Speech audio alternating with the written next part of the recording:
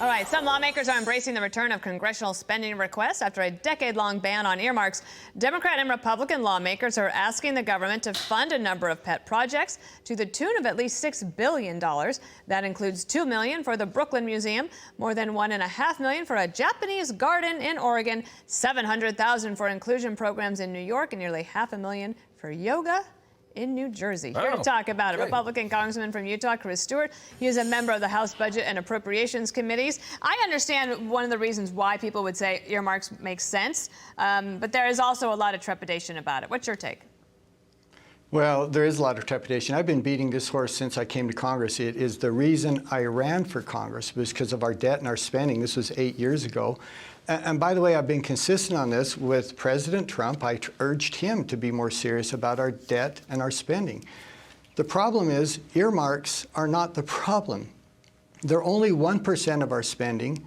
And evidence of that is given by the fact that when we banned earmarks in 2010, we've doubled our deficit since then. So once again, if we're serious about debt and spending, which I am, earmarks aren't going to fix it. You got to be able to look at the real problem, which is mandatory spending, and then the second problem now, and that is an administration who wants to spend $10 trillion. Those are the things we need to focus on. You know, you might be right mandatory about that, spending. but Republicans are not innocent on this charge. There's a lot of stuff in there from the GOP as well.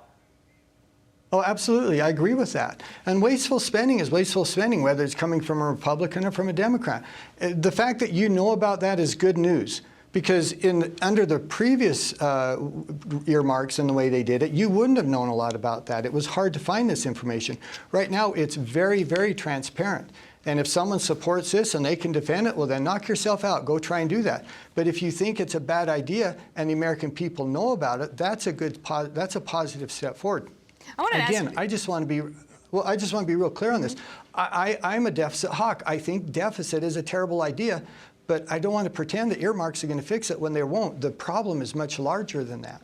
Well, it is larger than that. In fact, it just keeps getting larger. The Biden administration has a plan called the American Families Plan that they want to propose. They said it would cost $1.8 trillion, but yesterday Penn Wharton came out, and actually they said the true cost would be $2.5 trillion. That would be $1.3 trillion in new taxes, increase total government debt by 5% by 2050, decrease GDP by 0.4% by 2050. I mean, this is a lot of money.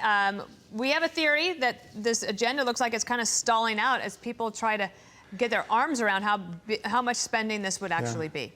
What do you think? Well, I think it is stalling out. And again, let me say the number. $10 trillion is what this administration is proposing to spend. I mean, we've reached a point where people go, oh, I don't even know what that means anymore. It sounds like a lot of money. Maybe it's not. Well, of course it is. And it's completely unsustainable. People say, well, we're kicking the deficit problem down the road to our kids and grandkids. That's nonsense. We'll never get to our grandkids. We'll never kick this can down the road to our kids. This is a problem we have to deal with. When you're talking about $10 trillion, that's not a generational problem. Yeah. That's a problem we've got to fix right now. I'm old enough to remember when billions actually mattered. Now it's just like trillion here, trillion there. But the economy's moving again. And we're in a different place than we were a month ago. I mean, to Dana's point, do you think the agenda's dead in the water? Well, I think it is. I pray it is, and I pray that we can, for Senator Manchin and Sinema in the Senate, who will, because they're the key to this. Because I promise you, were it not for this, it is not dead in the water. I promise you that Ms. Pelosi and Mr. Schumer would push this money through in a heartbeat. But there is not the public push for it like there was. You're right, the economy is doing remarkably well. I had the First Lady out here. She came to our state yesterday, and I reminded her we're at 2.9% unemployment here in Utah.